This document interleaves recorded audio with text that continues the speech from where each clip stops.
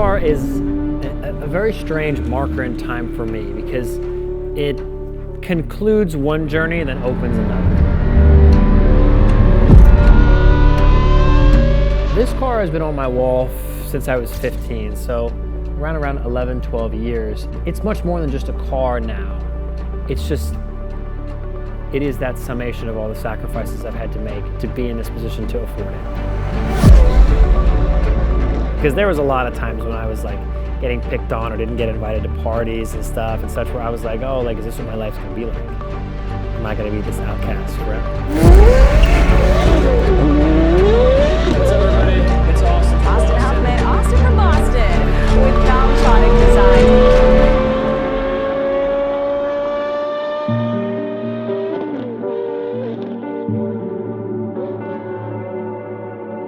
My name is Austin Huffman, and behind me is possibly the greatest sports car ever made. This is a 2005 Porsche Carrera GT, 605 horsepower from a 5.7 liter V10, revs to about 8,500 RPM, and 6-speed manual transmission strictly.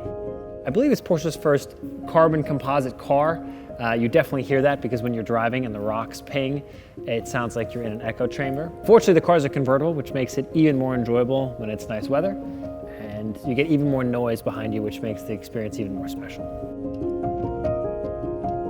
This car is a very strange marker in time for me because it concludes one journey and then opens another. So this car has been on my wall since I was 15, so around 11, 12 years. And the reason it's so special to me was I never saw one in person, but I remember having this poster, which I still have, which sits above my TV. And I remember like seeing this photograph in magazines when I was younger, because I was always into like the Audi R8, but that's a very expensive car, but it's a more attainable car than this. This car was always so special to me because it just exemplified everything I'd want as an enthusiast, as a driver. I look at this car now and it still doesn't feel real. I still can't even process that this is my car. But I picked it up mid-January in California, which was an amazing adventure for me because I really got to use the car. I put 800 miles on the car in like 5 days, which was spectacular. I got home to my place in California that I stay, and I parked it across the street from the house. And then I remember that moment where I walked out and I'm like, wow, the car is really here. It's not a dream. And that was such a special moment for me because I was like, wow, this really is real life now. This isn't just a dream or a snapshot or a video game. This really is real. And having the key in my hand is super bizarre. Even now, it's like I look at the key and go, shit, that's pretty cool.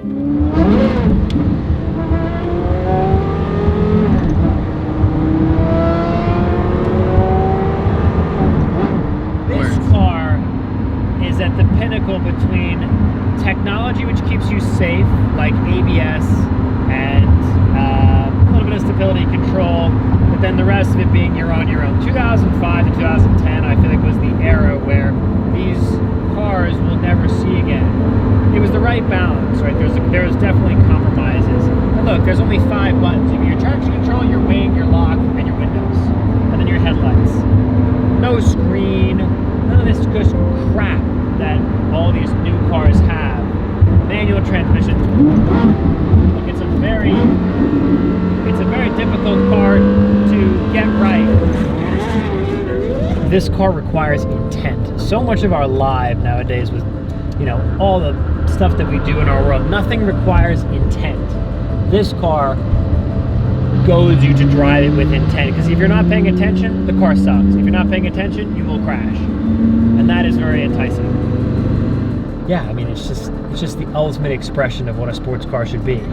And I see why the values all of a sudden have gone crazy, because now that these cars are out getting enjoyed, unless you have a McLaren F1, this is a very hard experience to be. Watch how fast it spins. Isn't that just stupid? Crazy.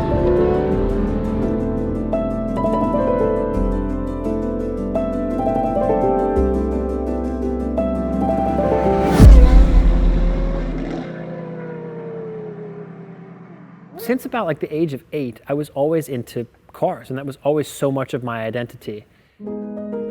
as I was growing up, that enthusiasm for the automotive hobby was so exuberant in my life that, again, I would just think about what would my life be like if I had like a really cool car ripping down the highway or something when I was, even before I could drive, I just had this fantasy in life. Where it really began for me was when I was 16 and a half, I spent every dollar I could ever earn on this BMW 335i. I really pretended to myself that I was cool with this car. The problem is it's not an emotional driving device. I ended up getting myself in some trouble with that car, but I was working with my father in the mornings to do construction labor to make money, and then I was working at this auto detail shop. And with all this being said, I ended up finding, I'm like, okay, I want to make the car loud. What do? I got to do a downpipe and I got to do this, that, and the other thing. Then I made the car really loud with the BMW Performance exhaust, but it had no valves. And I was like, what do I do about this? I ended up unfortunately needing to sell the car to pay for some legal expenses. Sold that car, I bought an E46 M3 BMW. Loved the car, really enjoyed it, but I ended up realizing, I'm like, I want a 335 again because I feel like I didn't learn everything I could learn. Sold that car, bought a 335, another one, like a car with 100,000 miles that was much cheaper. But this car had already been modified and it was manual. So I said, okay, cool, I'll learn on this car. And that's where the first Valvetronic exhaust was born. I took this is now a 2011 car, Alpine White. I took this car to a tuner and I said to him, I said, hey, I want to, see if we can up the horsepower, whatever. And he said, hey, do you want to leave the exhaust flap open at all times? I'm like, what's that? He goes, well, these cars from factory have an exhaust valve. If you just unplug the vacuum line, it stays open. Like, do you want me to code it into your software where it's always open? I'm like, maybe leave that. How does it work? And he said, well, it works from this RPM to this RPM. I was like, oh, so I can keep it like quiet when I start? He's like, yeah, kind of, but don't you just want it loud? I'm like, not really. My mom thinks I'm an asshole anyway because the car's always noisy. He kept that feature in. Then I went down this rabbit hole of looking at exhausts that had valves in them, and I'm like, wow, IPE and FI and these other companies for this car, like $3,000. That's a lot of money. I paid 14 grand for this car. I said to myself, why don't I try and find another solution here? So I said, if I put the stock exhaust back on, but I just weld in straight pipes into the side that has the valve, the valved exhaust. Sick. So the downpipe, the secondary cats got removed, and then we put this valve muffler in the rear. And it really worked. I made a valve controller so I could click it on and off instead of the car's brain controlling it. And I remember using it for the first time, and I'm like, wow, this is such a cool, novel thing. But me being egotistical at that point, thinking I'm the coolest, I was like, I'm just gonna keep this for myself. So I had this mod for like 2-3 months. And then I remember I went to a car show with a guy named Tedward. Tom was a big POV driving YouTube channel now. Back then he had like 3,000 subscribers. He was just beginning his YouTube adventure. And he said, dude, this is really cool what you did with the exhaust. Can we make a video? I'm like, yeah, sure, why not? Okay, but now, listen. Oh yeah, that's like my car was like loud. Driving around with That's not driving around. Actually, most of the time. And I explained in the video what I did. I said, this muffler on this side, it's a straight pipe. It's straight through. This one is the stock. So that's got the perforation. This is always fucking. What I did is I used the valve controller and kept one side stock and one side a straight pipe. So when I want, it's loud as hell, and then it's quiet. But my Instagram was in the video. And so people would reach out to me on Instagram. They say, hey, I want to buy this. I'm like, well, why buy it? I explained in the video how to do it. And they said, no, I want to buy it. I'm like, I'm a junior in high school at this point. I said to myself, I said, does anybody else, like maybe other people want this technology? I go to Lehigh University. I stayed over in the summer to do an entrepreneurship program at Lehigh. And we sell our first Valvetronic exhaust in December of 2018. I still have the records. I go into my sophomore year. I sold the E90 and I bought an E92 M3. What ended up happening at that time was I got the car, and the car had a Challenge X pipe and a Corsa rear. But at this point, I had just kind of also gotten myself out of even more trouble that I was in. So I was really uncomfortable about the car being so loud. So I said to myself, I said, why don't I start to experiment with some other products? And I said, what if there's a way that I could source parts, like mufflers or something that already had the valve in them, so I could just use those. So I looked around and like I ended up finding like an Alibaba link. I was like, huh, look at these mufflers. They're just mufflers, they come with tips and they've got valves on them. I wonder if I can just sell my Corsa exhaust, put the stock muffler back on, and then cut the stock muffler and just weld in these like valved mufflers. It worked. But then from there, as I went through my college landscape, we had to find a shop because I'm now having all these exhausts shipped to my dorm room trying to distribute them, and I couldn't handle it. I ended up getting a shop like in Quakertown as I'm still a student. We're running this shop, we've got product coming in and coming out. When I graduated, I had 6 people who were working for me at the time. And I said, oh, I have to live in Pennsylvania because I can't take these people back to Boston. They mean too much to the business, I'm gonna sacrifice the business. I ended up staying in the area of my university to get this company going. I was able to fully focus on the business. That's when it really got serious, because my mentality, taught to me by my father, is if anybody can do it, you can do it. And there's always a way out. There's always a solution. What's up, everybody? It's Austin from Boston, owner and founder of Valvetronic Designs, and today we're going to be installing a new Valvetronic exhaust on this BMW.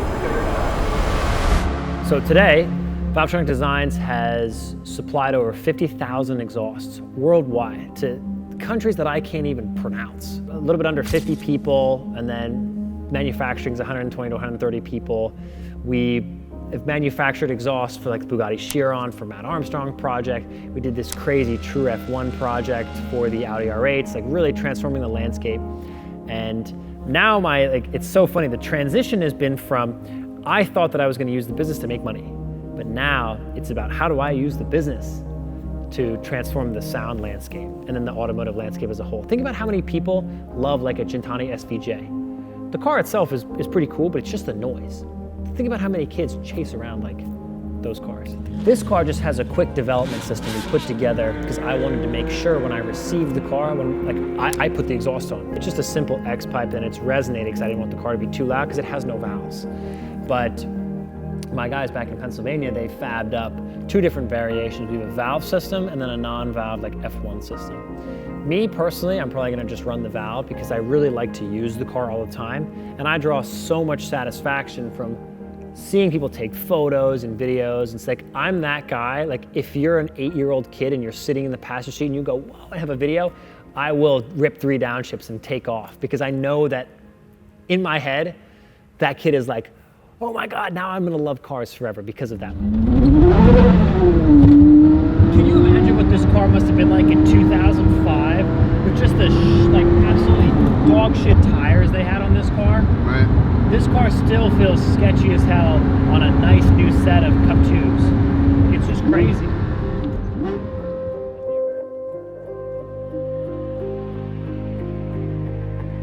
Will I ever sell this car? Probably not. It's something that has become so special to me, and as the values continue to climb, my father said to me, he said, because he knows what I paid for it, now the values are going crazy, why don't you make 800 grand or $1 million or something? I'm like, actually, to me, the money is not important anymore. I just like to have the asset because I think it's so cool. And I feel like I have some civic duty to show others what this car is about, like what it's like. Maybe sometimes I get in trouble for this, but like I love sliding the car around because it's so bizarre. There was a guy named VR Alexander who in 2007 had a black Carrera GT just like this. And he was ripping around all over like SoCal. And he was like drifting and all this stuff. And everybody comments on my stuff, they're like, oh, it's like 20 years later, VR Alexander reincarnated. Because no one gets to see this stuff. They see it on Instagram videos, but the Instagram stuff is so unemphatic anymore. It's just not interesting. But seeing it in person is so bizarre. So anytime like I'm leaving a show or something and everybody goes, oh, do something crazy, I'm probably gonna do something crazy because I'm a half decent driver. But also it's like that moment in those kids' head, if they catch a video or not, it's like the most awe-inspiring thing to see like some crazy car do a slide. Because I remember I was that kid.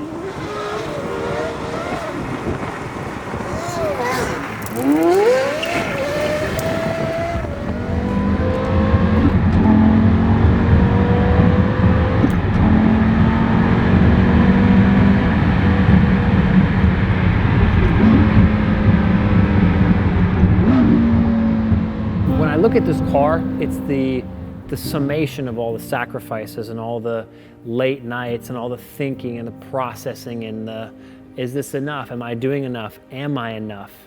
Thought process that's been going through my head for the past 10 years to be in this position now that this is mine. It's much more than just a car now. It is that summation of all the sacrifices I've had to make to be in this position to afford it. We only are here in this position because we said, okay, you know what? Not one day, it's day one today. Whether it is the gym, whether it's learning to cook, whether it's learning how to talk to girls, becoming an athlete, whether it's film, whether it's a new business.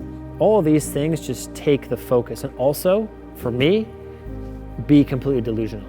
I was so delusional.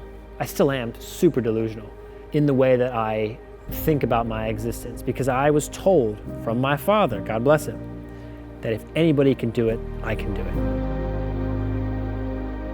It's like anything that's worth having in life doesn't usually come easy. That's a great segue to this. It's sought after because it's not easy.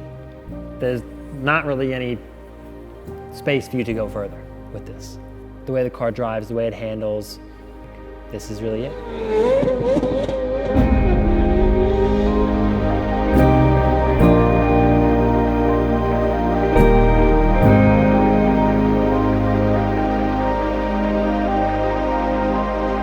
I'm Austin Huffman, sometimes known as Austin from Boston, and this is my 2005 Porsche Carrera GT. Quite possibly the best car to ever be produced.